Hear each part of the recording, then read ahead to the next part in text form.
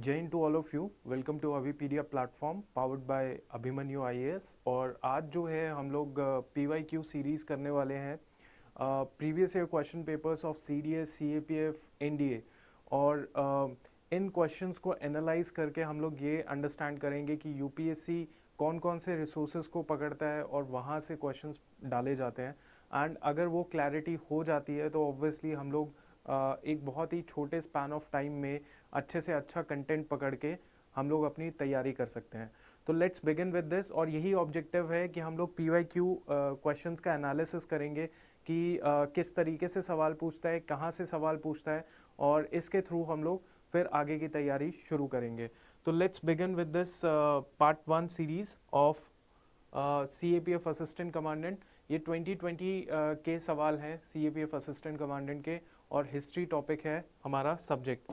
ठीक है, तो let's begin with the first question, जिसमें बोला जा रहा है कि okay, so which of the following is the distinctive artefacts of the Harappan civilisation. तो डिस्टिंक्टिव आर्टिफैक्ट्स तो बहुत सारे हैं, वैसे बहुत सारे डिस्टिंक्टिव आर्टिफैक्ट्स हैं हमारी हड़प्पन सिविलाइजेशन में, लेकिन यहाँ पे सवाल पूछा गया है the most distinctive artifacts of Harappan civilization. ठीक है, तो सर्वाधिक विशिष्ट शिल्प, ये आपने कीवर्ड है इनके। ठीक है, सो एक बार ऑप्शंस देख लेते हैं। Status steel, bricks of standardise ratio, gold bangles and silver spittoon.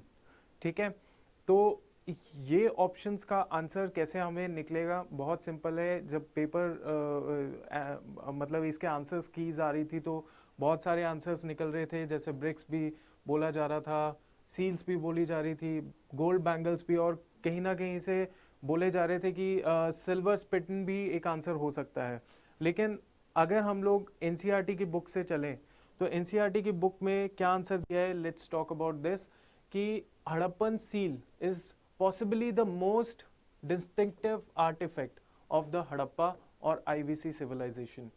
ठीक है, हड़प्पन सील सबसे ज्यादा possibly the most distinctive artifact of the Harappan और इंडस वैली सिविलाइजेशन, जो कि बनी किसकी होती थी, एक स्टोन होता था जिसको कहते थे स्टीयरटाइट स्टोन। ठीक है, और seals like this, in seals के अंदर क्या होता था, इन सील्स के अंदर बेसिकली कुछ एनिमल्स के पिक्चर्स होती थी, एनिमल मोटिव्स होते थे, और साथ ही साथ कुछ साइंस ये सील होते, मतलब लिखा जाता था, साइंस लिखे जाते थे ऑफ द स्क्रिप्ट, जो अभी तक भी अनडिसिफर्ड है, अभी तक भी उसको कोई पढ़ नहीं पाया है।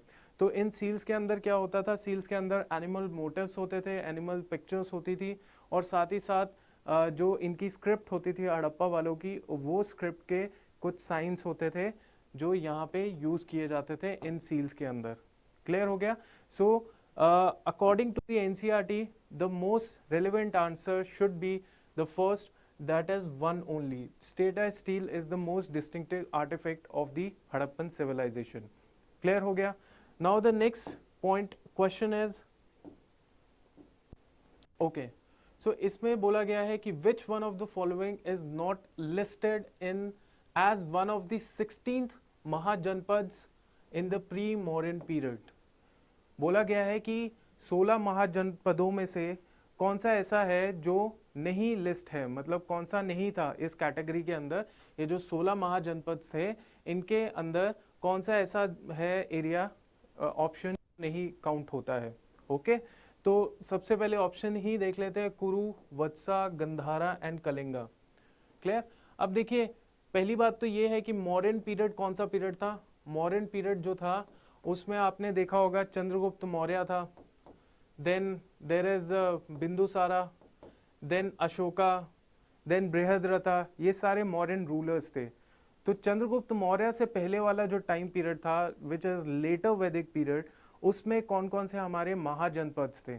क्योंकि देखिए, महाजनपद का मतलब क्या होता है, थोड़ा सा इसको देख लेते हैं। महा का मतलब होता है ग्रेट, ठीक है, ग्रेट, और जन का मतलब होता है लोग, लोग और एक पूरी कम्युनिटी। जब वो अपने पैर या सेटल हो जाते हैं किसी पर्टिकुलर एरिया में, उस लैंड को कहा जाता है जनपद्स। क्या कहा जाता है? जनपद्स कहा जाता है। तो जहां पर भी लोग अपनी क्लैन, अपने ट्राइब सेटल हो जाते हैं, उस लैंड को जनपद कहा जाता है। सो अब होता क्या है कि अर्ली वैदिक पीरियड में तो ये जनपद ही थे, बट बाद में क्या होता है, विद पैसेज ऑफ टाइम ये जनपद जो होते हैं इनके पास अपने अपने रिसोर्सेज आ जाते हैं, जैसे आयरन की शुरुआत हो जाती है, और रिसोर्सेज, रॉ मटेरियल इनको मिलना शुरू हो जाता है, और ये धीरे धीरे क्या करते हैं, एक्सपेंशन करने की कोशिश करते हैं। और वो एक्सपेंशन के वजह से ये फिर बहुत बड़े हो जाते हैं, बहुत ज़्यादा पॉपुलेशन हो जाती है, वाइडर एरिया हो जाता है इनका, और इसी वजह से according to Buddhist text and Jainism text के हिसाब से, उनके टेक्स्ट के हिसाब से लेटर वैदिक पीरियड में या प्री मॉडर्न पीरियड में हमारे 16 महाजनपद थे। ठीक है, सो 16 महाजनपद में अगर हम लोग बात करें तो कितने, कौन कौन सा कौन सा था जो महाजनपद नहीं था, तो इसका आंसर हमारे पास एनसीईआरटी से ही मिलता है। कैसे मिलता है, देखिए सबसे पहली बात तो है कि ये पूरा का पूरा मैप था जो वहाँ पे दिया गया था एनसीईआरटी की बुक में, थीम 1 में, +2 की थीम 1 बुक है, वहाँ पे हमें ये मैप मिलता है। और इन महाजनपद की अगर बात करें तो देखिए, सबसे पहले अवंती बड़ा फेमस महाजनपद था, उसके बाद मत्स्य हो गया, देन कुरु हो गया, then Kosala, Kashi, then there is Magadha, then Champa, Anga, मतलब अंगा उसकी जो कैपिटल थी वो चंबा थी, देन गंधारा, कंबोजा। तो इसमें सारे महाजनपद नहीं देखने हैं, बट इतना याद रखना है कि इनकी लोकेशन क्या थी, कुछ मेन जो है अस्माका, तो इनकी लोकेशन क्या है ये थोड़ा सा याद होना चाहिए था आपको। तो अगर ये चीज़ याद है तो आप आराम से इस सवाल को आंसर दे सकते थे। कुरु भी हमने देखा है, वत्सा भी देखा है, गंधारा भी देखा है उस तरफ वेस्टर्न साइड में, एंड कलिंगा नहीं देखा, क्योंकि कलिंगा जो है वो बेसिकली अशोका के टाइम पे या मौर्यस के टाइम पे एग्जिस्टेंस में आया था। ठीक है, और वो महाजनपद नहीं था उस टाइम पे, बहुत छोटा टेरिटरी था जब इनकी बात कर रहे हैं। ठीक है, तो कलिंगा यहाँ पे कहीं पर भी नहीं दिख रहा है इस मैप के अंदर। ठीक है, so that was the question answer कि डी ऑप्शन जो है वो आपका आंसर होना चाहिए, कलिंगा। क्लियर हो गया, ये भी हमारा एनसीईआरटी से निकल गया आंसर, और ये 2020 के हिस्ट्री के क्वेश्चंस है। ठीक है, okay. Now next point is कि which of the following are prescribed as duties of Vaishyas according to Dharmashastras, कि कौन कौन सी ड्यूटीज है वैश्यास की धर्मशास्त्र के हिसाब से। सो बेसिकली धर्मशास्त्र ब्राह्मण्स ने लिखना शुरू कर दिया ताकि हर इंसान को ये पता चलता रहे कि उसका काम क्या है, ताकि हमारा डोमिनेंस ऊपर रहे। ठीक है, जो ब्राह्मण कम्युनिटी थी वो चाहते थे कि हम लोग धर्मशास्त्र लिख रहे हैं और ये कह देंगे कि तुम्हारा जो ओरिजिन है, तुम्हारा जो जितने भी प्रिविलेजेस मिलेंगी वो डिपेंड करेंगे तुम्हारे बर्थ के ऊपर। ठीक है, तो उन्होंने कुछ रूल्स रेगुलेशंस बना के रखे हुए थे धर्मशास्त्रास, धर्मसूत्रास के अंदर, और उसके हिसाब से वैश्यास जो थे, जो कि थर्ड क्लैन आते थे, मतलब थर्ड कैटेगरी में आते थे। सबसे पहले Brahman, Kshatriyas, third is Vaishyas and fourth is Shudras. तो धर्मशास्त्र के हिसाब से वैश्यास का क्या क्या काम था। अब इसमें भी बहुत सारे लोग कंफ्यूज हो रहे थे कि क्या इसका स्टडिंग द वेदास होना चाहिए, एंगेजिंग इन द ट्रेड। बहुत सिंपल था कि एंगेजिंग इन द ट्रेड वैश्यास का मेन काम था। ठीक है, बट स्टडिंग द वेदास के बारे में हम लोग देख लेते हैं कि ये स्टडी कर सकते थे वेदास को कि नहीं। ठीक है, तो ये भी एग्जैक्टली वर्बेटिज्म है, मतलब सेम टू सेम एनसीईआरटी में ये आंसर दिया हुआ था, बस आपको एनसीईआरटीज पढ़नी थी। ठीक है, जैसे ब्राह्मण्स का क्या क्या काम था। Brahmins were suppose to study and teach Vedas. तो Brahmins were suppose to teach, study and teach Vedas. उसके बाद उन्होंने सैक्रिफाइस भी वो परफॉर्म खुद कर सकते थे और करवा भी सकते थे, मतलब गेट सैक्रिफाइसेस परफॉर्म्ड ऑल्सो। ठीक है, और इसके अलावा वो गिफ्ट दे भी सकते थे और रिसीव भी कर सकते थे। क्षत्रियास की बात करें तो क्षत्रियास बेसिकली वॉरफेयर में अपने आप को उनको एंगेज करना पड़ेगा, protect the people and administer the justice and study the Vedas. ठीक है, स्टडी मतलब वो पढ़ सकते थे और गेट सैक्रिफाइसेस परफॉर्म्ड, सैक्रिफाइसेस करवा सकते थे, एंड मेक गिफ्ट्स। तो ये हो गया कि क्षत्रियास के काम।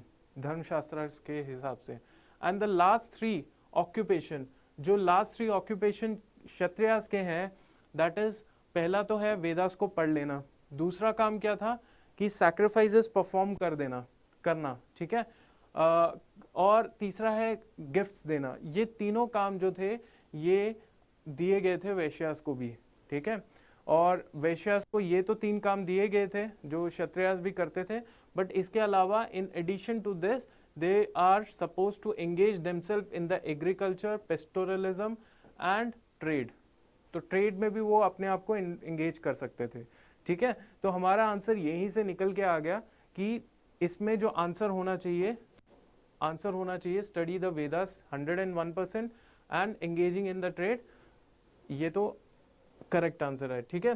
So both 1 and 2 should be the answer for this question. Clear हो गया? Okay, now next talk about which of the following statement is are correct?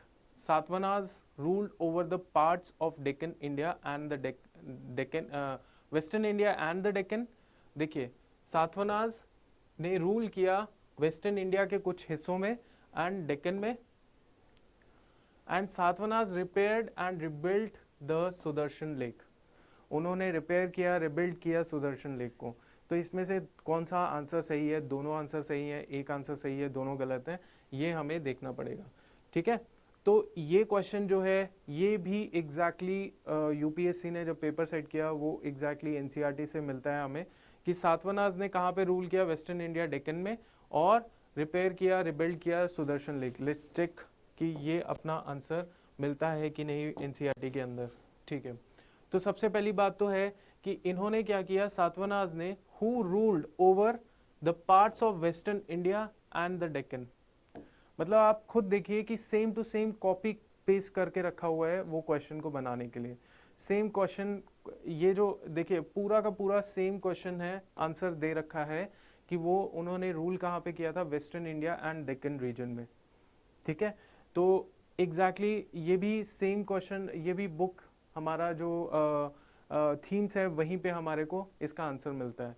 और दूसरा जो पॉइंट था, दूसरा पॉइंट क्या था कि सुदर्शन लेक भी उन्होंने रिबिल्ट किया था, उसको रेनोवेट किया था सुदर्शन लेक। तो सुदर्शन लेक किसने किया था? देखिए रुद्रदमन जो है the best known Shaka ruler, तो आपने सुना होगा कि कुशान्स आए थे, शाकाज आए थे, तो पार्थियंस आए थे जो बाहर से आए थे इंडो ग्रीक्स के बाद। तो उन्हीं में से एक शाका रूलर था, जो जब शाकाज आए थे तो उसी में बड़ा फेमस रूलर था रुद्रदमन। तो रुद्रदमन ने बेसिकली ये एफर्ट उठाया था कि हम लोग क्या करेंगे, सुदर्शन लेक को रिबिल्ड करेंगे। सेम वर्ड है वहां पर लिखा हुआ है, बस नाम चेंज कर दिया, सातवाहनास की जगह क्या कर दिया? रुद्रदमन कर दिया। क्लियर हो गया? तो इस तरीके से उन्होंने क्वेश्चन को फ्रेम किया था। The only thing is you need to understand कि यहीं से सवाल आने वाले हैं और यहीं से आपको अच्छे से पढ़ना है इसको, वर्ड टू वर्ड अच्छे से इसको समझ के एनसीईआरटी इसको कंप्लीट करना है, ठीक है। और ऑब्वियसली इन्होंने संस्कृत को काफ़ी प्रमोट किया था रुद्रदमन ने। इन्होंने जो इंस्क्रिप्शन बनवाए थे तो उसमें संस्कृत का यूसेज किया गया था। पहली बार संस्कृत का इंस्क्रिप्शन बनवाने में रुद्रदमन ने यूज़ किया था, ठीक है। इससे पहले क्या होता था? इससे पहले अशोका के टाइम पे जो भी इंस्क्रिप्शंस बनते थे उसमें लैंग्वेज जो यूज़ की जाती थी वो प्राकृत होती थी, बट इन्होंने क्या किया? संस्कृत का यूज़ किया था पहली बार, ठीक है। तो सेम क्वेश्चन है और यहीं से सवाल पूछे गए हैं from the NCERT. Okay, now next is which one of the following statement about the भक्ति मूवमेंट। भक्ति मूवमेंट की कौन सी ऐसी स्टेटमेंट है इन साउथ इंडिया जो कि हमारी गलत है? कौन सी स्टेटमेंट भक्ति मूवमेंट इन साउथ इंडिया जो चल रहा था उसमें ऐसी कौन सी स्टेटमेंट है जो गलत है? क्लियर? तो let's talk about the statements. उसमें देखते हैं कौन सी स्टेटमेंट है। देखिए, Nalayira Divya Prabandham was also known as Tamil Veda. Nalayira Divya Prabandham Tamil वेद के रूप में भी जाना जाता था, ठीक है। Okay, Andal was an Alwar. तो अंडाल जो थी एक अलवर थी। बेसिकली अलवर कौन होते थे? अलवर डिवोटी होते थे विष्णु के, जो विष्णु को अपना भगवान मानते थे, उनकी पूजा पाठ करते थे। अब next point is Karaikal Ammaiyar was a devotee of Vishnu, ठीक है। तो अलवर भी बेसिकली डिवोटी होते हैं विष्णु के, और यहाँ पे डायरेक्टली बोल दिया was a devotee of Vishnu. यहाँ पे थोड़ा बहुत सिंपल सा सेंटेंस दे दिया इनके बारे में, ठीक है, कि ये डिवोटी थी विष्णु की, ठीक है। तो अगला पॉइंट पढ़ते हैं कि metal images of the saint Appar and Sundarar were made and then consecrated in the Shiva temple. So जो मेटल इमेजेस थी इन सेंट्स की, अपार एंड सुंदरार की, इनको बनाया गया, मेटल इमेजेस को बनाया गया और आगे जाके इनको शिवा टेम्पल में सेट कर दिया गया, ठीक है। तो इसके बारे में हम लोग पढ़ते हैं कि ये आंसर कहाँ से निकलने वाला है। ये आंसर भी हमें थीम्स 2 में मिलेगा, भक्ति मूवमेंट में, भक्ति एंड सूफी जो चैप्टर है वहाँ पे आप चेक करिएगा कि एग्जैक्टली यहीं से आंसर, मतलब यही वहीं से क्वेश्चन यहाँ पे उठाया हुआ है, ठीक है। Let's talk about this. पहला तो पॉइंट यही है कि हम लोग ये देख लेते हैं कि कौन अलवर था, कौन नैनार था। नैनार जो शिव के भक्त थे, अलवर वो जो विष्णु के भक्त थे, ठीक है। तो अंडाल जो थी वो वुमेन थी, अलवर विमेन अलवर, ठीक है। आंसर यहीं से आ गया, तो she was women Alwar. Clear हो गया। तो वो जो दूसरा स्टेटमेंट है वो हमारा सही हो जाएगा, ठीक है। थोड़ा सा और देख लेते हैं कि Andal saw herself as a beloved of Vishnu, her verses express her love for the deity another women. देखिए सेम सेम सेम। तो दूसरा स्टेटमेंट अंडाल के बारे में था, तीसरा स्टेटमेंट कराईकल अम्यार के बारे में था। तो उसमें बोला गया था कि वो विष्णु की भक्त हैं, ठीक है, इसके बारे में। तो अ devotee of Shiva, a devotee of Shiva, तो बेसिकली उसमें कहा गया था वो डिवोटी है विष्णु की, बट यहाँ पे तो हमारे पास सामने लिखा हुआ है एनसीईआरटी के हिसाब से she was a devotee of Shiva, ठीक है।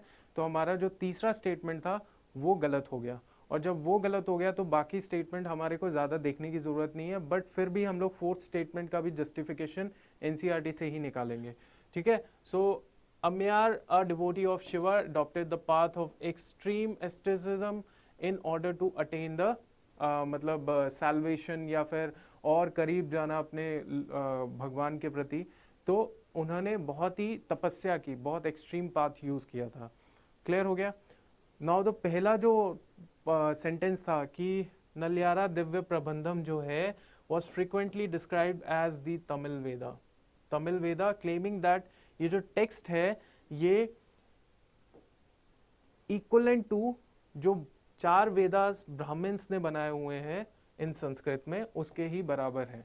तो हमारा पहला जो स्टेटमेंट था वो भी करेक्ट हो गया, ये भी एनसीईआरटी का सेम टू सेम वर्बेटिज्म है। और बाकी हम लोग जो फोर्थ स्टेटमेंट है कि सुंदरार अपार की जो मेटल इमेजेस हैं वो शिवा टेम्पल में लगाई गई हैं। Let's talk about here. These kings also introduced singing of Tamil Shiva hymns in temples under the royal patronage, taking the initiative to collect and organize them into the text Tevaram, and further evidence from 945 यहाँ से देखिए suggests that Chola ruler Prantaka I had consecrated metal images of Apar, Samandrar and Sundarar in the Shiva temple.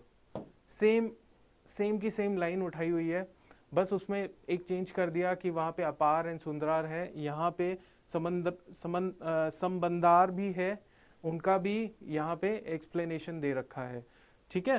तो वो सारी की सारी statement हमने कौन सी सही है कौन सी गलत है यहाँ से हमने आंसर निकाल लिया, ठीक है। यहाँ से हमारे 2 स्टेटमेंट्स आ गए, यहाँ से एक स्टेटमेंट आ गई तीसरी, और यहाँ से आ गई चौथी statement. So we were supposed to answer that question. Okay तो ये सही है, ये भी सही है। एंड हमारा जो नेक्स्ट क्वेश्चन है दिस वन वाज रॉन्ग, बहुत सिंपल स्टेटमेंट थी, बस थोड़ा सा ट्रिक करके रखा था इसको, तो ये भी बहुत ही अच्छा डूएबल क्वेश्चन था। Clear. Okay now next is कि इसमें बोला गया है कि which one of the following is the correct description of Kandariya Mahadev, ठीक है।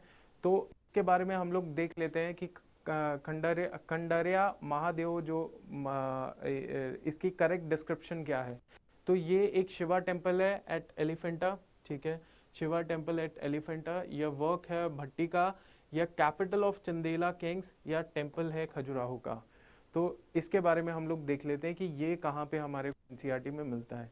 सो गाइज ये जो क्वेश्चन है, ये क्वेश्चन हमारे को एनसीईआरटी, कौन सी एनसीईआरटी है? एनसीईआरटी क्लास 7th, तो 7th क्लास की एनसीईआरटी है, वहाँ से ये आंसर मिलता है। इसका पूरा डिस्क्रिप्शन बता के रखा हुआ है कि ये जो महादेवा टेम्पल है ये शिवा को डेडिकेट करता है। तो हमने पहले ही जो स्टेटमेंट पढ़ी थी कि शिवा टेम्पल एट एलिफेंटा, तो कहीं ना कहीं वो ठीक लग रहा है ना। बट आगे पढ़ते हैं कि एलिफेंटा में था कि कहीं और था, वो देख लेते हैं। तो it was a Shiva temple at elephant at okay, Shiva temple constructed in 999 by king Dhangadeva of Chandela dynasty. And इसमें बहुत सारी चीज़ें बता रखी हैं कि इसको किस तरीके से गर्भगृह में कैसे इमेज रखी जाती है, वहाँ पे पूजा कैसे होती है, किस तरीके से चीफ डाइटी जो है वो मेन श्राइन में रखी जाती है, ये सारी चीज़ें हैं। बट अल्टीमेट जो हमारा काम है वो ये है कि ये था कहाँ पे? ये था खजुराहो कॉम्प्लेक्स। खजुराहो कॉम्प्लेक्स जो है वहाँ के अंदर, वहाँ पे बहुत सारे टेम्पल हैं, तो उसी में से एक जो टेम्पल था ये वाला टेम्पल था। क्लियर हो गया? तो ऑब्वियसली वो ये शिवा टेम्पल है, बट वो एलिफेंटा में तो नहीं है, वो है कहाँ पे? खजुराहो में। तो it is a Khajuraho complex.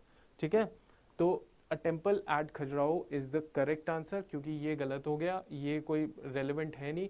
Capital eight Chandela king कोई पॉइंट नहीं है। अ टेम्पल एट खजुराहो, जो कि हमें एग्जैक्टली आंसर मिलता है फ्रॉम द एनसीईआरटी क्लास 7 की किताब से।